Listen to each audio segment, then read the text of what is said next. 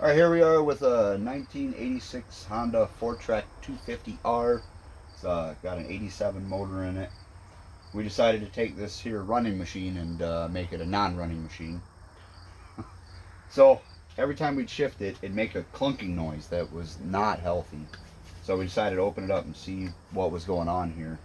And what we found was nobody else has a video about this, at least not a helpful video.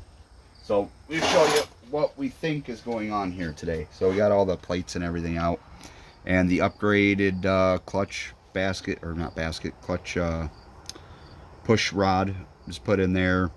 So there's a lot of upgrades that have been done to this. You can see that somebody marked where this needs to be at, this counterbalance. That's not a factory mark. So this has already been redone at one point. There's been a lot of, looks like a lot of work done to this, but so what we noticed was, first of all, look at the edges on this here clutch basket. That's bad. These are serrated when they're supposed to be smooth. Like normally you could just grind that back down so that way the clutches don't catch on that when you go to shift. But the real problem is this. Now granted, there's nothing holding this on firm, but even when you hold this on here firmly, this is able to move, and move a lot. So you see this rub mark right here? You can tell that this has been tapping up against that. So when we go to shift, all this stuff is clapping together like that. We don't think it's these bearings back here on this collar. Take this off here, maybe. So I don't think it's this collar right here, I think, or the bearings, because when I put this on here, there's minimal play.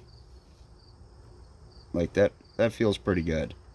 There ain't a whole lot of rocking there. I mean, a little bit of motion, but nothing like on the basket. So when you put this on,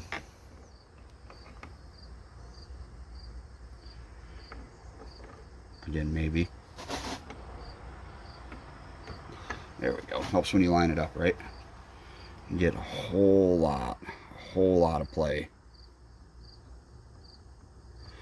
So what we're going to do is we're going to throw a bunch of money at it and buy a new clutch basket, which is a good time because apparently we have to do a whole lot of fuckery to get this to work.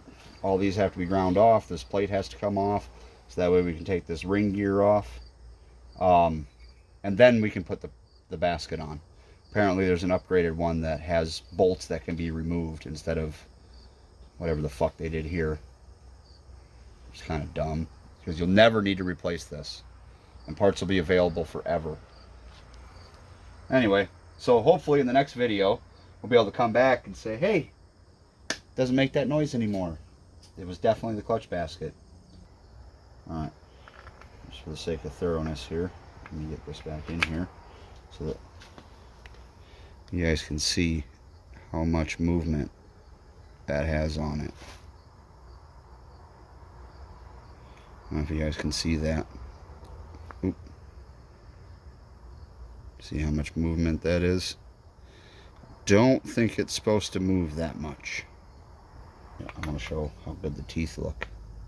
If you look at all the teeth on here, they look really good too. So I think this collar is good, but I think this is all worn out back here. I think that it's just worn down. I mean, all the slots and grooves look pretty good. I just feel like it's just probably worn out. I mean, they feel kind of sharp.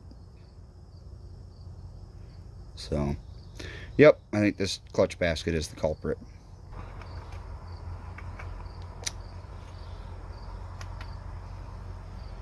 I mean, it does really fit tight together.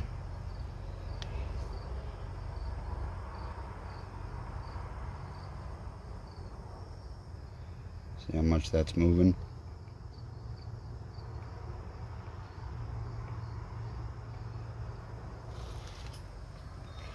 That's quite a bit of wiggle. Well, we're going to start with the clutch basket, then maybe move on to these bearings, and if that still doesn't fix it, then I guess we're replacing this collar too, if such a thing exists still. See you guys next time.